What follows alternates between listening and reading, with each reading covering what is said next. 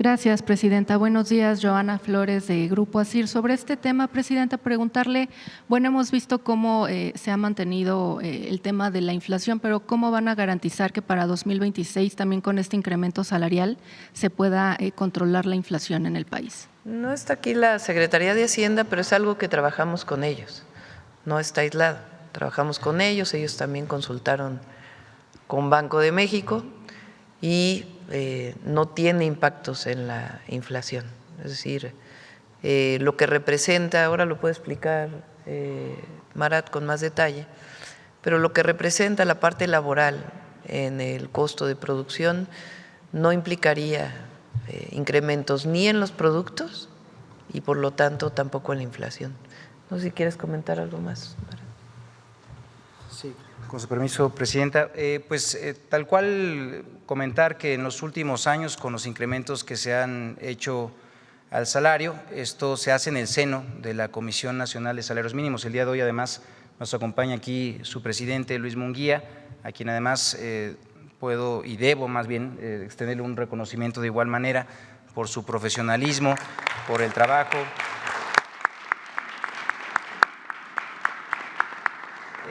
que ha desempeñado al frente de esta comisión, y ahí decirles que es un espacio de deliberación, de discusión, de un nivel técnico muy alto, en donde hay también contribuciones muy importantes por parte de los trabajadores y por otra parte también de los empleadores.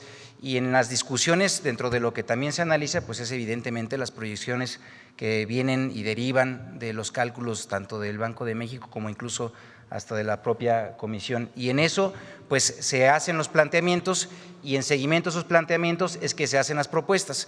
Nunca se hace una propuesta que esté por encima o fuera de los cálculos que se tengan establecidos, y pues para muestra basta un botón. A la fecha ha habido un incremento, como ya mencionamos, de cerca del 145%, y eso no ha significado un incremento en inflación. Esto deriva además que estos acuerdos de los incrementos salariales son resultado nuevamente de un consenso que se hace en el seno de esta comisión, y por eso es que tenemos con ello también la certidumbre de que no habrá un impacto en ello, además de la suma a la estrategia del PASIC, que es justamente lo que nos permite con ello dar seguimiento a que los precios pues den, digamos, un comportamiento regular sin ningún tipo de sobresalto.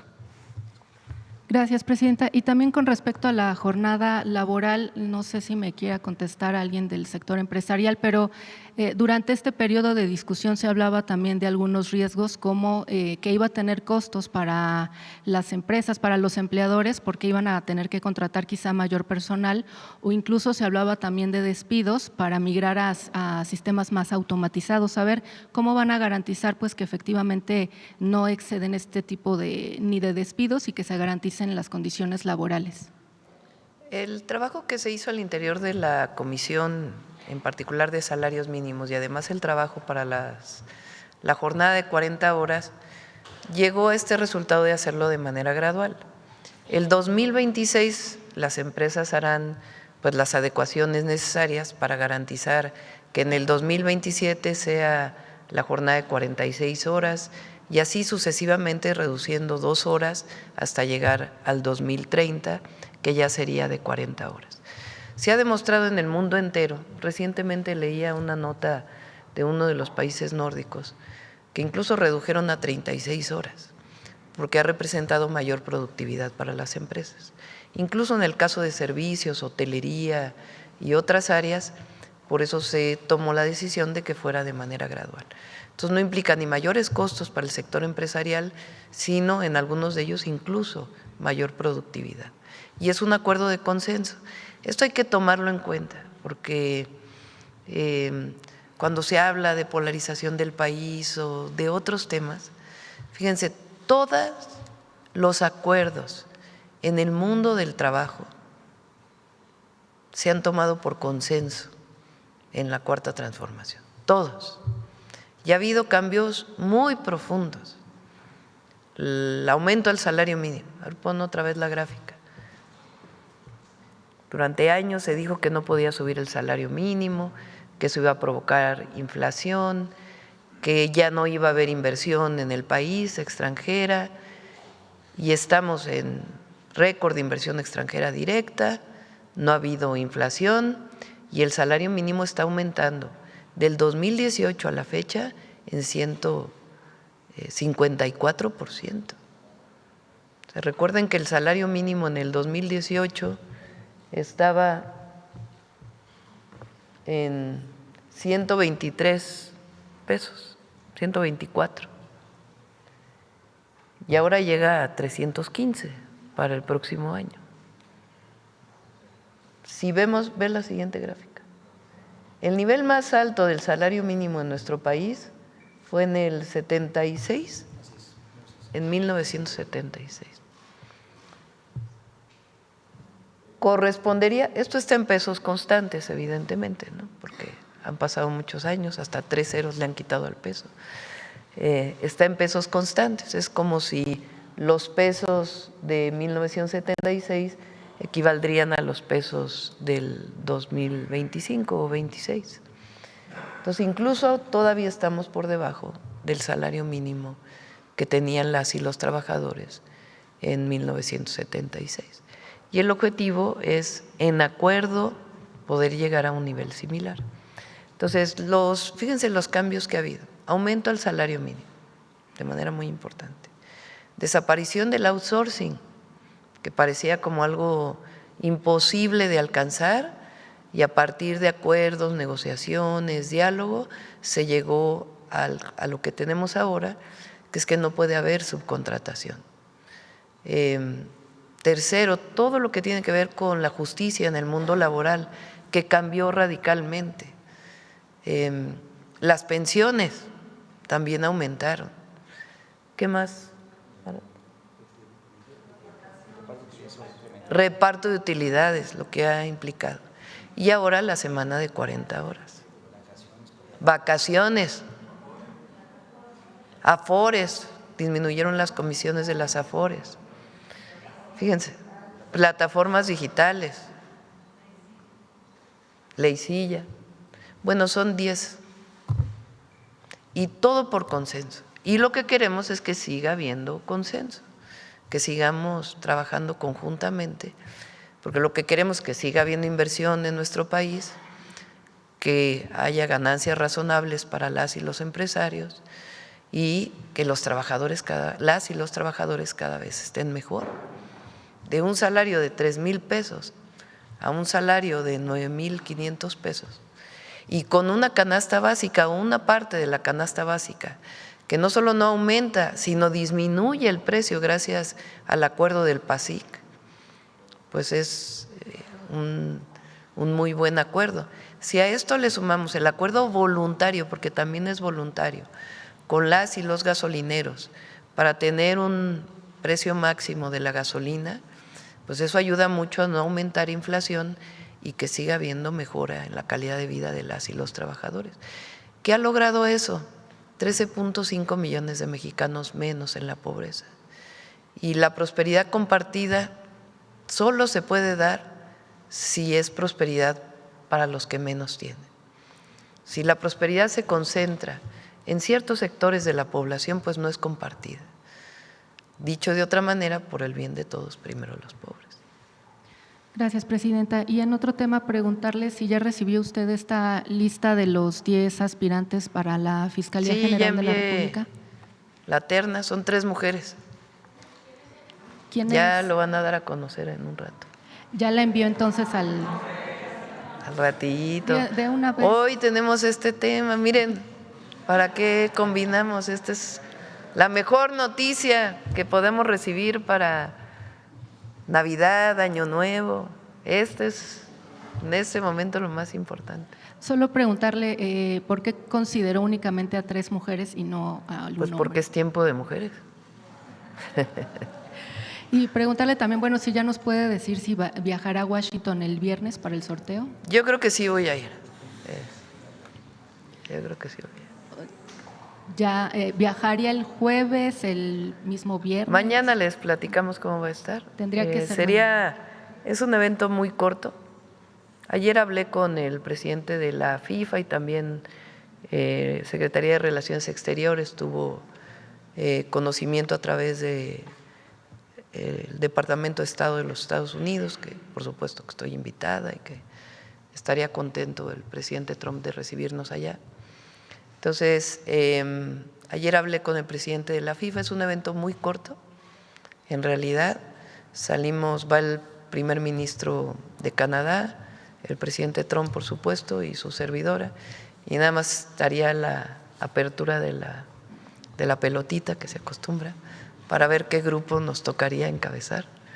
Ya después nos retiramos y ya viene todos los grupos, cómo se van definiendo. Entonces es un evento muy corto, pero es un buen momento para estar los dos presidentes y el primer ministro de Canadá juntos, dando esta imagen pues de que América del Norte y nuestro compromiso comercial pues sigue adelante. Independientemente de que se reuniría con Donald Trump, buscaría Todavía no alguna… está definido. Si fuera el caso sería una reunión muy breve, pero pues todo parece indicar que sí vamos. Gracias, presidenta. Y finalmente, de mi parte, en Grupo ASIR dimos seguimiento a un caso que nos reportaron de trabajadores de Los Pinos, del complejo cultural. Mencionan y hay preocupación porque explican que la directora Elisa Lemus pues ha dado la instrucción de que no se alimente a los gatitos, que ya son como pues de la casa, y se ha dejado de atender, incluso ya no se permite algunas asociaciones no, hay que darle animales. de comer a los gatitos. ¿Cómo que? Eso bueno, están pidiendo eso, que no les den de comer a los gatos y… Lo revisamos. Y bueno, también hay amenazas por parte de la policía auxiliar a los trabajadores que estén haciendo esto. ¿Podrían ustedes atender este tema? Sí, lo atendemos hoy mismo. Muchas gracias. A ver, ¿quién más? A ver, sobre el tema, ¿les parece? Vamos sobre el tema. A ver, la compañera acá. Buenos días, Shaila Rosagel, corresponsal de Grupo Gili, El Imparcial de Sonora, La Crónica de Mexicali y Frontera de Tijuana. Presidenta, bueno, me gustaría saber si además del bienestar de los trabajadores, si han considerado algún impacto en la economía, además de lo que ya se habló aquí, productividad, o si han analizado algún otro indicador que nos pudieran comentar en la implementación de las 40 horas. Sí, Marat. Sí, con su permiso, presidenta, pues comentar que se tiene además planteado en seguimiento a la implementación de esta reforma un ejercicio de seguimiento tal cual como menciono, con una serie de representaciones tanto del mundo empresarial como de los trabajadores para ir dando seguimiento a esto. Pero decirles que en realidad llegamos a este consenso, a este acuerdo, justamente viendo cuáles son todos los posibles efectos que se pudieran tener, y sí comentarles nuevamente que pues el acuerdo justamente planteó en que se hiciera una vía factible, viable y también de común acuerdo, para que con ello también todos los posibles efectos pues tuvieran pues un seguimiento tal cual. Pero en principio decirles que la gradualidad nos ayuda mucho en ese aspecto. También algunas de las características que tiene la propia reforma permite que con ello vaya dándose un modelamiento progresivo y que también con cierta flexibilidad permita también el que haya un pues mayor, digamos una mayor adaptación de este nuevo modelo de tiempo en el trabajo. Entonces, no se tiene identificado, digo, independientemente de que con el tiempo, pues claro, van a abrirse más espacios de trabajo y que esto pues va a implicar también el que haya mayor oferta de empleo, pues también lo que podemos decir es que como México no es el único país que ha avanzado en la implementación de una jornada de 40 horas y además muchos países ya lo han hecho también de manera gradual, podemos decir que también han podido ya ser constatados los beneficios de esa implementación gradual sin mayor impacto. Entonces, estamos muy ciertos que con la medida que se ha implementado, con los acuerdos que se han logrado, vamos a tener con ello un modelo muy sólido que va a dar beneficios con toda claridad y nitidez para las y los trabajadores y también para la economía. Muchas gracias. Y bueno, nada más, Presidenta, preguntarle, como usted dijo hace unos días que se iba a ir a Sonora a una gira antes de que concluya el año, preguntarle, pues sería en este mes, preguntarle si ya tiene definida esta visita, qué fin de semana sería y cuál sería su agenda, qué temas son los que usted tocaría. Allá hay agricultores también de varios estados, entre ellos también de Sonora, Baja California, que están proponiendo posponer la discusión de la ley de aguas. No sé qué me puede comentar al respecto, si esto sería parte de la agenda y si iría a lo de las comunidades del río Sonora. Sería todo. Sí, sobre la ley de aguas, incluso salen hoy varios desplegados y de varias organizaciones diciendo que están de acuerdo con la ley de aguas. La esencia de por qué propusimos la ley, el cambio a la ley de aguas nacionales, es para proteger el recurso natural, evitar su sobreexplotación y garantizar el derecho al agua. Y dejar de ver el agua como una mercancía y verla como un recurso y como un derecho. Y para ello se limita, como lo planteamos desde el principio, que es la esencia del cambio en la ley de aguas nacionales, el que se pueda mercantilizar la transmisión de derechos. Siempre debe participar la Comisión Nacional del Agua de una manera expedita y totalmente transparente. Entonces, eso se mantiene. Hubo algunos cambios en los que estamos de acuerdo, que se dieron durante todo este periodo de diálogo, particularmente en la Cámara de Diputados, que tiene que ver con el agua para riego principalmente, en donde muchos ejidatarios planteaban que si cedían los derechos a un familiar, por ejemplo, ¿qué iba a pasar con el pozo que tenían ahí? Entonces se hace de manera expedita la transmisión de esos derechos. O en el caso de quienes son agricultores y ganaderos, que no quedaba claro que si el agua se utilizaba para la agricultura y después para la ganadería, si se tenía que cambiar de permiso, y ahí se planteó que no, que son derechos para la producción agropecuaria. En fin, temas de este tipo que se fueron clarificando en todas las mesas de diálogo y que pues esta preocupación que tenían mucho por noticias que se dieron que no eran ciertas, pero que garantizan que quede más claro en la ley. Se trabajó desde las organizaciones campesinas y con productores, pequeños productores, hasta con el Consejo Nacional Agropecuario, se trabajó con Camín, con otras cámaras industriales y se trabajó también con municipios y otras áreas. Entonces, más bien quien no está de acuerdo, pues es quien tiene muchísimas concesiones de agua, que no usan muchas de ellas, o concesiones ilegales de agua que hoy se tienen que poner en orden. Pero es algo indispensable en el país. Yo les he platicado aquí que cuando llegamos al gobierno había 3 bases de datos de agua, de concesiones de agua, 3 distintas, algunas contradictorias entre sí, alguien que tenía una concesión en una base de datos y otra que tenía una concesión en otra y otra que tenía una concesión en otra con distintos volúmenes de agua concesionados. Permisos que ya estaban vencidos y que no se habían renovado. En fin, mucho desorden. Nosotros les planteé incluso que cuando en el periodo de transición con el presidente López Obrador y que platicamos de este tema, le dije, oiga, yo voy a llegar a poner orden en las concesiones porque no puede ser que haya municipios que no tengan agua y distritos de riego que tengan agua de más, y entonces que los distritos de riego le vendan agua al municipio cuando ellos no pagan el agua. Pues eso no puede ser. Entonces me dijo, sí, a nosotros no nos dio tiempo y hay que seguir avanzando.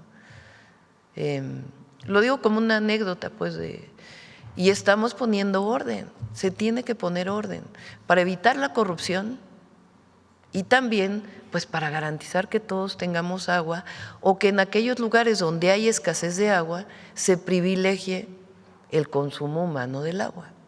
Entonces, eso es lo que estamos haciendo y evitar pues esta transmisión de derechos que ha generado mucha corrupción y acaparamiento de agua y que no está en regla. Hoy ya tenemos una sola base de datos, eso nos da mucha transparencia Y todo lo que va a tener que ver con los permisos de agua, pues va a ser un modelo completamente transparente. Y la mayoría están de acuerdo en eso. ¿Quién no está de acuerdo? Pues quien todavía tiene algunos privilegios. Ya lo platicamos, después todavía no tenemos la certeza de cuándo vamos a ir. Sí. Nos quedan 2 fines de semana realmente de visita. Sí. A ver, vamos. A ver el compañero allá atrás. Ahora vamos a acabar más temprano para poder firmar y tomar la foto. Dijo, ¿Presidenta? Ya fueron muchas notas hoy, ya. ¿Presidenta? Demasiadas. Ajá. No me paro por la cámara, Presidenta, pero sobre este acuerdo de las 40 horas, preguntarle sobre lo que significó o cómo se dieron estas mesas de diálogo, porque de pronto no nos enteramos en las noticias o en la propia difusión cómo se dio este acuerdo para que fuera hasta el 2027, el arranque, entiendo, con la tabla, pues la reducción de 2 horas en la jornada laboral. ¿Cómo se concreta ese acuerdo, Presidenta?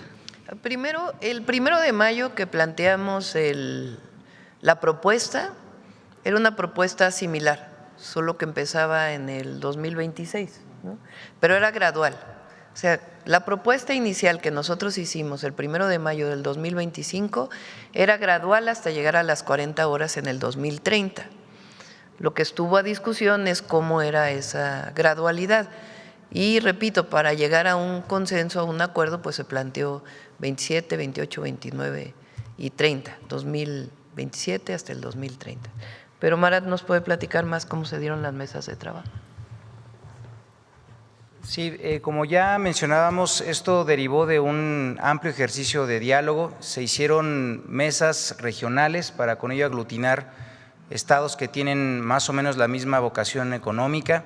Se tuvo también en algunos casos mesas estatales, mesas sectoriales, mesas con los trabajadores, mesas con los empresarios, mesas con las cámaras empresariales, mesas con los organismos de las y los trabajadores, también encuentros con la academia, en fin, se hizo una revisión, un planteamiento integral. También, como les reitero, en esto pues ya mucha experiencia ha corrido en diversos países en el mundo, y por la otra el cumplimiento de un convenio que es el 116 de la OIT, en donde también deja de manifiesto cuáles son algunas de las recomendaciones que se dan para la implementación progresiva. Y en ese sentido, pues una de esas recomendaciones que fue cumplida a cabalidad fue el que se realizaran estos ejercicios de diálogo. Ahí hubo, por supuesto, planteamientos que de una y otra parte pues fueron considerados, otros que pues también para poder construir el acuerdo pues tuvieron que darse prioridad a unos más, pero en principio el marco general, como les digo, es lo que ya nos había planteado nuestra presidenta, y es que lo pudiéramos lograr de manera gradual. Se da, me parece, el tiempo suficiente y necesario para que todo el mundo vaya empezando a hacer las adecuaciones correspondientes. Decirles que incluso nos da muchísimo gusto que hay empresas que ya han empezado en este proceso, adelantándose incluso a la gradualidad que fue anunciada, y pues esto habla también del compromiso que han ya dejado de manifiesto, no solamente pues en los sectores empresariales, sino también, como les digo, por parte de los trabajadores, que en muchas ocasiones pues son también quienes conocen de primera mano, por supuesto, los procesos productivos, y tienen mucho que contribuir en cómo ir compactando ciertos tiempos, y esto permite con ello pues que demos pie a una reducción gradual en los tiempos que se están estableciendo. Y al final el compromiso también decíamos pues es para que al final del gobierno de nuestra presidenta pues ya quede con en toda su magnitud esta reducción, y con ello materializar lo que fueron las aspiraciones de millones de trabajadores durante décadas, y ahora pues justamente en un tramo muy compacto de tiempo logremos aún con esta gradualidad pues cumplir con esta meta. Para el secretario, Presidenta, si me lo permite también, no me presenté, Máximo Allende, para su objetivo. Preguntarle, secretario, en el caso de ¿cuál fue el rol de los sindicatos? ¿Cuál fue la participación de los sindicatos en estas mesas de trabajo, porque aún con el anuncio que hoy se hace histórico de una reducción de 2 horas, luego 4 y al final terminarán siendo las 8 horas laborales, habrá quienes hubiesen querido que la reducción de la jornada laboral fuera de manera inmediata. Entonces son 2 preguntas. La primera es el rol de los sindicatos en el diálogo obrero-patronal que hubo para llegar a este acuerdo, y la otra pregunta sobre el mismo tema sería, secretario, ¿cómo se justifica la gradualidad de esta implementación? Bueno, nuevamente, Presidenta, decirles nuevamente que pues hubo una contribución muy importante con los sindicatos, estuvimos viéndonos mucho, estuvimos dialogando muchísimo, hubo planteamientos también que ya tenían incluso con muchísima solidez, ya trabajos muy claros sobre cómo lograr este aspecto, el de la implementación de la jornada. Fue una participación muy activa, reitero, no solamente además tenemos que decir que participaron las representaciones sindicales, sino también hubo representaciones de trabajadores no sindicalizados, hubo también recepción de colectivos, se escuchó también esas voces, entonces pues fue, digamos, una visión en ese sentido amplia. Y reitero nuevamente, hay experiencias sobre cómo lograr esta implementación, por eso la gradualidad. Si preguntan cómo llegamos a ella, pues bueno, primero a través del diálogo, que es lo que ya mencionamos, fueron propuestas que se fueron acercando hasta que lográramos cuál iba a ser esa ruta de implementación. Por la otra, pues toda la jurisprudencia internacional que ya existe al respecto, particularmente de la OIT, y también por la otra la experiencia que en otros países pues han mostrado ya pues buenas prácticas que fueron también recogidas, algunas de ellas, y que fueron condensadas en esta propuesta. Entonces decirles, pues fueron muchas las contribuciones que se hicieron, también por supuesto del sector empresarial. Esto permitió también que con ello pues hubiera un avance de consenso, y pues nos da mucho gusto porque estamos cumpliendo nuevamente con el objetivo que se estableció de arranque de gobierno. Gracias, Presidenta. Sí es importante que sepan, no es un trabajo sencillo el que hizo Marat y su equipo. O sea, evidentemente los trabajadores que querían pues las 40 horas el próximo año, y eso fue lo que plantearon desde el principio. Todas las representaciones de todos los trabajadores, todas las ETM, la CROC, todos plantearon, a ver, queremos 40 horas en el 2026. Y muchos de los empresarios dijeron, oigan, pues no podemos 40 horas. Incluso algunas cámaras dijeron, a ver, 40 horas va a ser imposible. Entonces, ¿cómo vas acordando desde los trabajadores que te dicen, las y los trabajadores, queremos 40 horas en el 2026, y empresarios que te dicen, no, no queremos 40 horas, queremos que se queden 48 porque va a afectar la economía de nuestras empresas, particularmente incluso las pequeñas empresas, que es a quien puede incluso llegar a tener mayores problemas, pero en esta gradualidad pues se puede hacer. Entonces va trabajando, bueno, 2 horas en el próximo año, no, porque ¿cuándo nos vamos a adecuar? En fin. Y al mismo tiempo el salario mínimo, porque bien podrían haber dicho, a ver, está bien, vamos por las 40 horas, pero el salario mínimo ya no aumenta. Entonces es un trabajo de meses, empezamos en mayo. Yo les dije, a ver, el ingreso tiene que seguir aumentando, porque es necesario para las y los trabajadores mexicanos. Y en esa condición de que siga aumentando, ¿cómo podemos llegar a la semana de 40 horas? Que también es una demanda de los trabajadores. Y se llegó a este consenso que es muy adecuado, a lo mejor no es lo ideal para los trabajadores ni lo ideal para los empresarios, pero lo importante es que todo el mundo puso de su parte y podemos llegar a un consenso. Y esto la verdad es muy valioso en nuestro país en estos momentos, en cualquier momento, pero particular ahora pues yo lo valoro mucho. Sobre el primer anuncio, Presidenta, del aumento al salario mínimo, ¿cómo blindar este aumento que pase de 8,000 a 9,000 pesos el salario mínimo ante la inflación? Ya lo explicó Marat y se ha trabajado, no hacemos, no son ocurrencias. Yo planteé como una meta, y esa meta la trabajé en su momento con expertos, y participaron empresarios y trabajadores y expertos economistas, que lo ideal para el trabajador mexicano es que el salario llegue a garantizar 2.5 canastas básicas. Entonces, planteen uno de los 100 puntos que haya un aumento gradual hasta alcanzar 2.5 canastas básicas. En el 2026 van a ser 1.8, ¿no?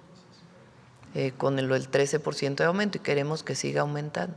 Obviamente, en acuerdo con los empresarios y trabajadores. Ahora, este aumento del 13% vive una modelación en la Secretaría de Hacienda. O sea, Marat consulta con el secretario de Hacienda y hay modelos económicos que te dicen qué pasaría con la inflación y el crecimiento económico, etcétera, etcétera, con un aumento al salario de esto. Y ahí se planteó que no impacta en la inflación. Entonces, no son decisiones de ocurrencias de un día a otro, sino son decisiones trabajadas. Obviamente un trabajador que diría, pues yo quisiera que el aumento fuera del 100%, ¿verdad? Pero pues eso sí tendría impactos después en la inflación. Y entonces lo que te aumento del salario, pues te impacta en el aumento de precios de lo que estás comprando.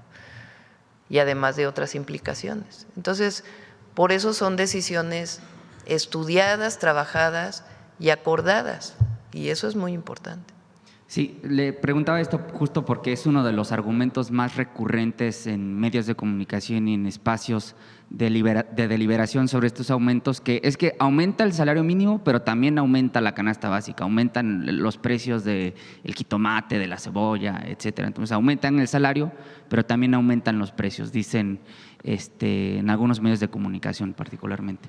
Además tenemos lo que llamamos el PASIC, que es el paquete económico que se firma con una canasta básica que fue definida y que recientemente firmamos. Fíjense, firmamos del 2024 al 2025 la canasta básica acordada con comercializadores y productores bajó de 945, creo que era, a 910. Ahora volvimos a firmar y se quedó en 910 pesos la canasta básica. Si consideramos que hay 3% de inflación, o 2.5, 3% de inflación, pues quiere decir que ahora cuesta menos la canasta básica de lo que costaba hace 6 meses. Entonces, son instrumentos que usamos de no imposición, o sea, no imponemos un precio a un producto, sino llegamos a acuerdos voluntarios que nos ayudan a que no haya inflación y al mismo tiempo mejorar las condiciones de vida de los que menos tienen. Fíjense, además en esto, nuestro programa de vivienda pues está atendiendo a los que ganan 1 y 2 salarios mínimos con el Infonavit. Entonces, un trabajador formal va a haber aumentado su ingreso en 1,000 pesos, casi, y para el próximo año, y además tiene la posibilidad de acceder a vivienda del Infonavit, ganando un salario mínimo. Entonces, pues obviamente que es mejorar la calidad de vida y el bienestar de las familias. Presidenta, si me permite otro tema económico que tiene que ver con los polos de desarrollo. En el Estado de México arrancó una jornada de ciclos de informes de trabajo. Y en Ciudad Nezahualcóyotl efectivamente se va a construir un polo de desarrollo en el marco del Plan Oriente. Pero me llama mucho la atención la ubicación en la que decide, Presidenta, instalar un polo de desarrollo en Neza, porque en Ecatepec, digamos, hay más habitantes, en Naucalpan pues tiene un sector industrial muy importante, y Nezahualcóyotl no precisamente tiene una vocación maquiladora o industrial. Preguntarle a usted por qué en el marco de este Plan Oriente y de los polos de desarrollo decide que sea en Neza, para el caso del Estado de México, un polo de desarrollo, y si está considerando construir más. A ver, lo primero es que la inversión de las empresas, pública o privada, pero principalmente privada, para el sector manufacturero, no solo se da en los polos de bienestar. Nuestra meta son 100 parques industriales que se están dando en muchos lugares ya. No sé, Altagracia, ¿cuántos parques van? Tenemos 20 ya inaugurados 20, o sea, de los 100 que nos planteamos, 20 parques industriales ya inaugurados. Construidos e inaugurados, es decir, ya tienen un inquilino al menos adentro y tenemos ya 108 en construcción. Fíjense. O sea, aparte de los polos de bienestar, hay 108 parques industriales en construcción y 20 que ya están operando, por lo menos con una parte. Y es lo que definimos como Plan México. Entonces, la inversión no solo se da en los polos de bienestar. ¿Qué es lo que buscamos en los polos de desarrollo económico para el bienestar? Que sean terrenos muy, digamos, importantes. La mayoría tienen más de 30 hectáreas, hay algunos que tienen 3,000 hectáreas, en donde se puedan poner clústeres de ciertas empresas, clústeres, empresas de cierto tipo, como por ejemplo farmacéutica, que se pueda poner en un determinado lugar.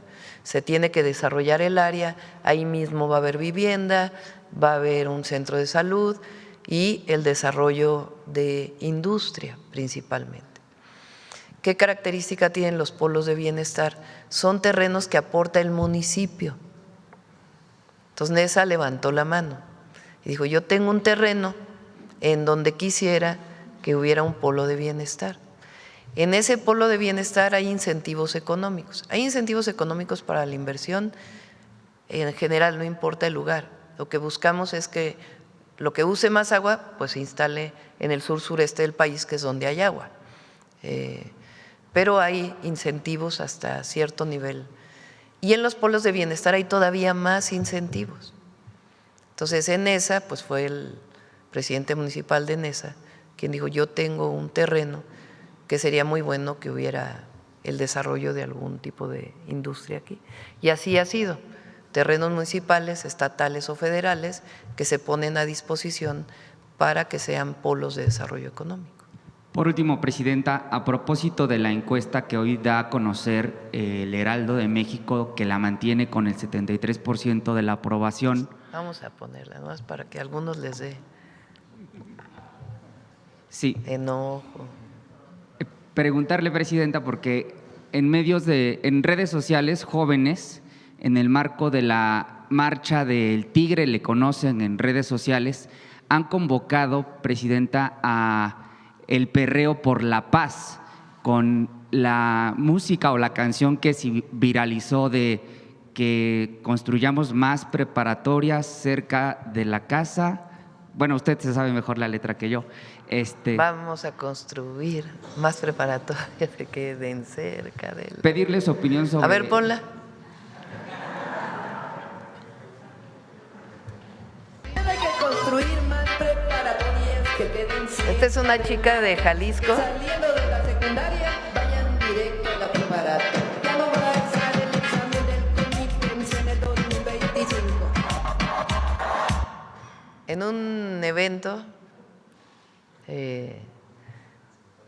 ni siquiera sé si fue en campaña o ya como presidenta, dije, es que hay que construir más preparatorias que queden cerca de la casa. Tal cual lo dije en el meeting, en la asamblea, dije, hay que construir más preparatorias que queden cerca de la casa para que saliendo de la secundaria se vayan directito a la preparatoria.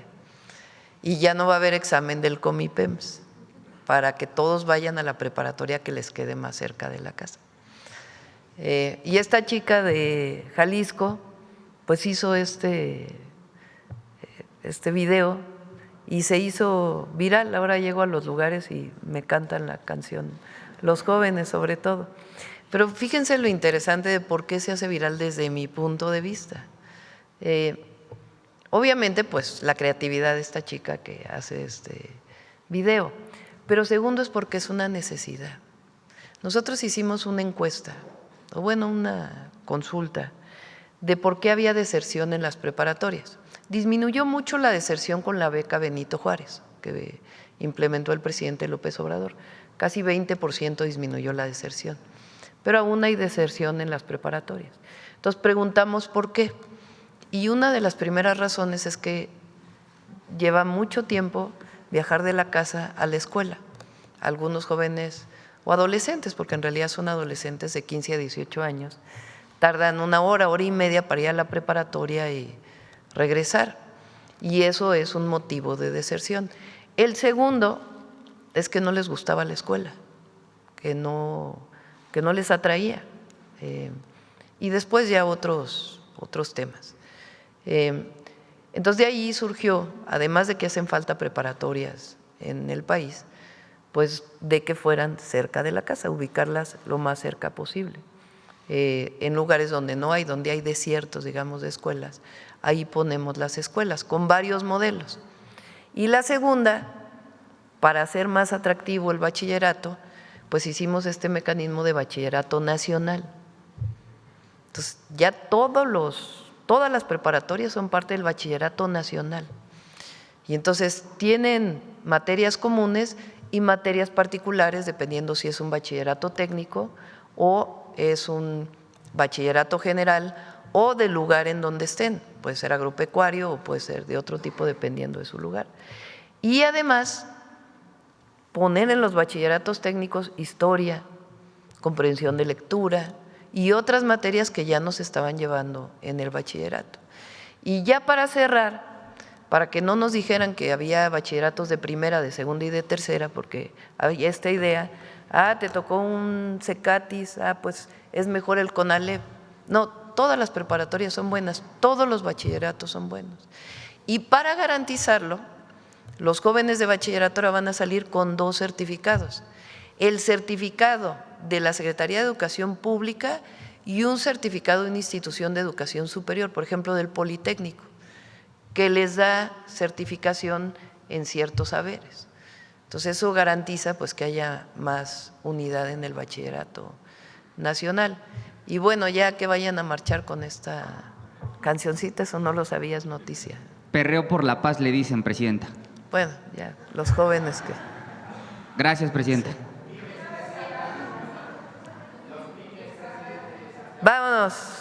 Vamos a la firma y a la foto. Ahora cerramos temprano.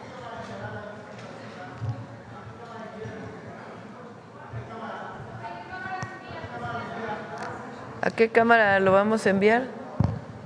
Senadores, creo que dijiste. ¿A qué cámara? Senadores, vamos a enviar. ¿Enviamos hoy? Enviamos hoy. Pero bueno, evidentemente, a ver, cierran las sesiones a mediados de este mes. Entonces, la reciben y se discute para el próximo año. Sí, vengan. Y después los invitamos a todos.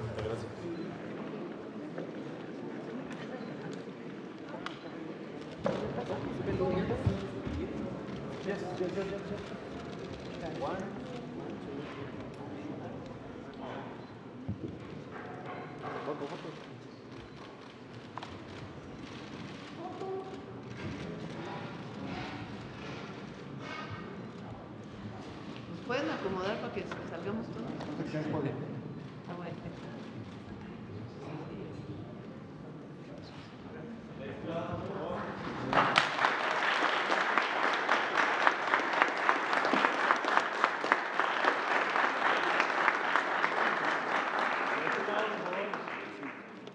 Al centro, por favor, todos. Gracias.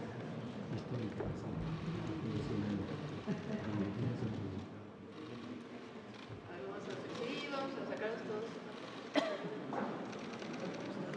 Se acomoda por el…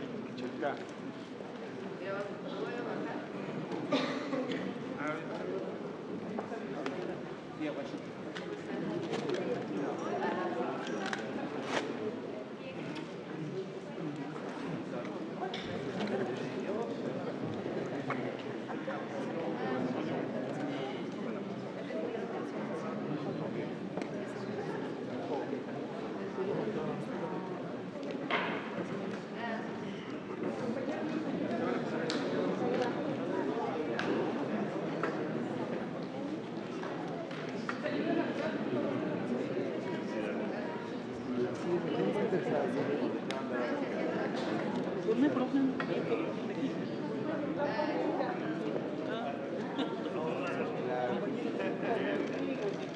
¿Podemos tomar la foto, por favor? Platican.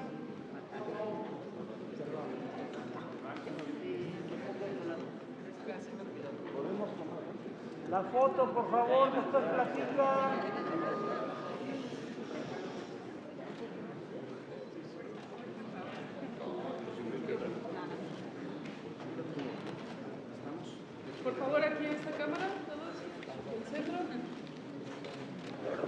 acá, por favor.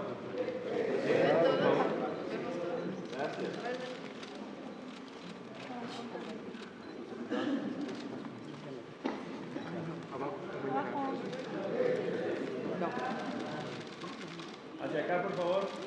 Señora Presidenta, gracias. Gracias.